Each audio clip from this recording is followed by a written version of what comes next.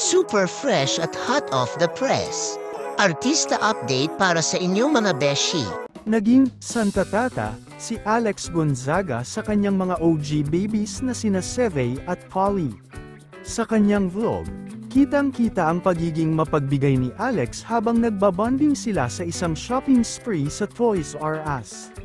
Walang kiyeme, lahat ng gustuhin ng kanyang mga pamangkin ay binili niya. Kaya nga sabi niya, "I'm the happiest when I'm with my babies. But my wallet is not."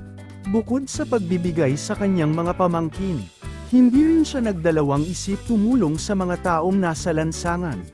Grabe, Alex, ikaw na talaga ang certified tita goals.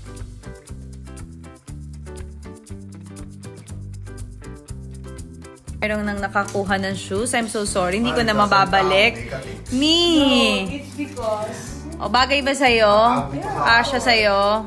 Okay. Thank you, Tsunami.